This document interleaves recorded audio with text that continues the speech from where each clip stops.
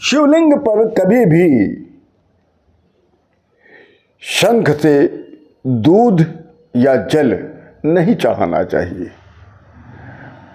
मैं अयोध्या से श्री योगी प्रमोद जी महाराज आप सभी लोगों को सादर प्रणाम करते हुए आज मैं आपको इसी संदर्भ में एक कथा सुनाने जा रहा हूं कि शंकर भगवान की पूजा अर्चना में शंख वर्जित है। क्यों?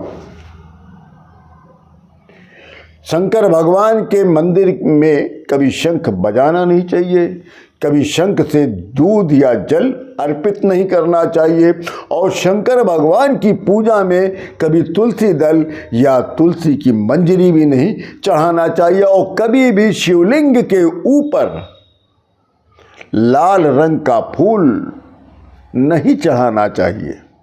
आइए इस संदर्भ में मैं आप लोगों को एक कथा सुनाता हूं। शिव महापुराण जी के अनुसार क्यों नहीं शिवलिंग पर शंख से जल या दूध चढ़ाना चाहिए। बहुत समय पहले की बात है, शंखचूर्ण नामक एक महापराक्रमी दैत्य रहता था। शंखचूर्ण दैत्यराज दंभ का पुत्र था।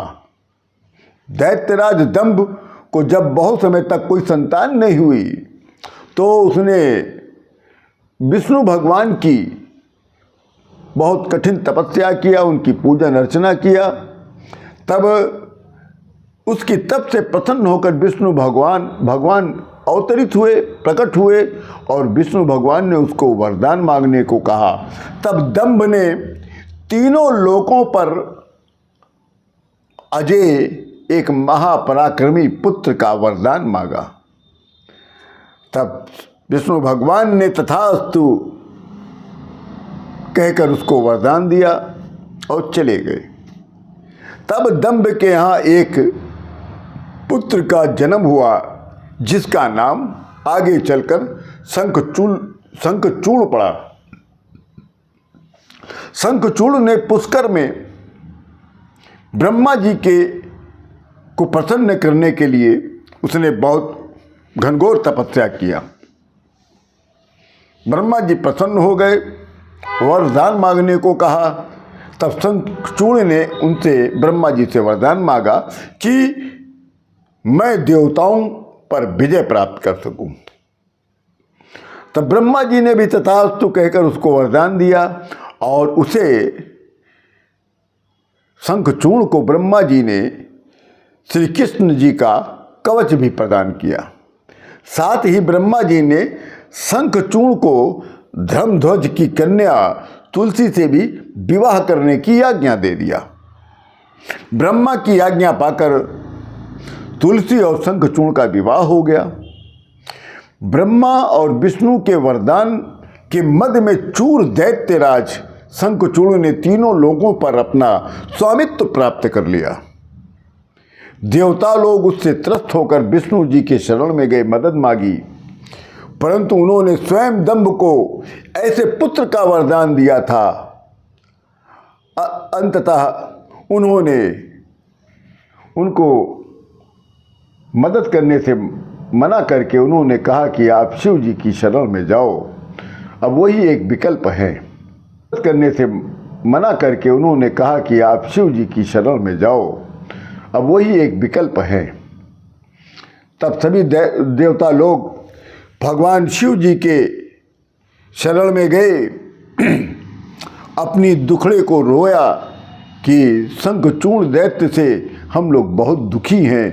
तब भगवान शिव जी ने देवताओं के दुख को दूर करने का अपना मन बना लिया और उनसे सभी देवताओं को कहा कि आप लोग सुख शांति से अपने घर जाएं, अपने लोग जाएं और मैं आप लोगों का उद्धार करता हूं। परंतु श्री कृष्ण का कवच और तुलसी के पतिव्रत धर्म की वजह से शंकर भगवान उसका वध करने में सफल नहीं हो पा रहे थे। तब विष्णु जी ने ब्राह्मण का रूप धारण करके दैत्यराज शंखचूड़ से उसका कृष्ण कवच दान में ले लिया। इसके बाद शंखचूर्ण का रूप धारण करके तुलसी के शील का हरण कर दिया। अब शिव ने शंखचूर्ण को अपने त्रिशूल से भस्म कर दिया और उसकी हड्डियों से शंख बनवा दिया।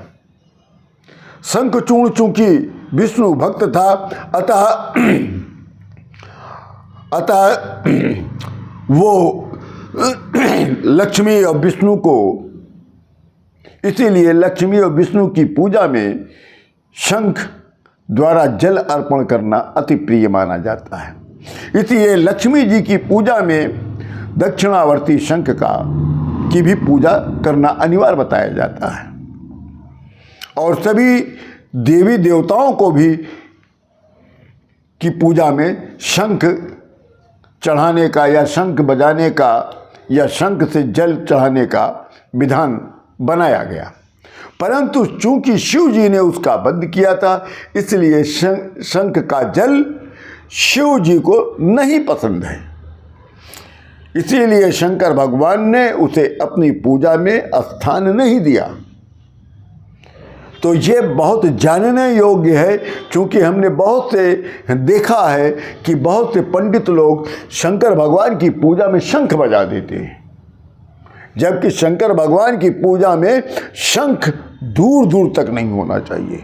ना शंख होना चाहिए, न तुलसी का दल होना चाहिए, न तुलसी की पेड़ होनी चाहिए। उनकी पूजा में ये सब नहीं चलता। मगर आज के ज़माने में जो भी ज्ञानी उत्पन्न हो गए हैं, वो लोग विभिन्न प्रकार की वस्तुएं चढ़ाने की सलाह देते हैं। परंतु आप लोग सावधान रहें। अगर कुछ भी चढ़ाना चाहते हो तो किसी की बात न मानकर शिव महापुराण खोलिए, उसमें आपको मिल जाएगा कि शंकर भगवान की पूजा में क्या क्या चीज़ चढ़ानी चाहिए। मेरी जो श्रृंखला चलती है वो सत्य चलती है और पूरे शिव महापुराण के अनुसार चलती है। कोई भी बात अपने मन की नहीं होती है। इसी के साथ मैं अयोध्या से शिव योगी प्रमोद जी महाराज आप सभी लोगों को सादर प्रणाम करता हूँ।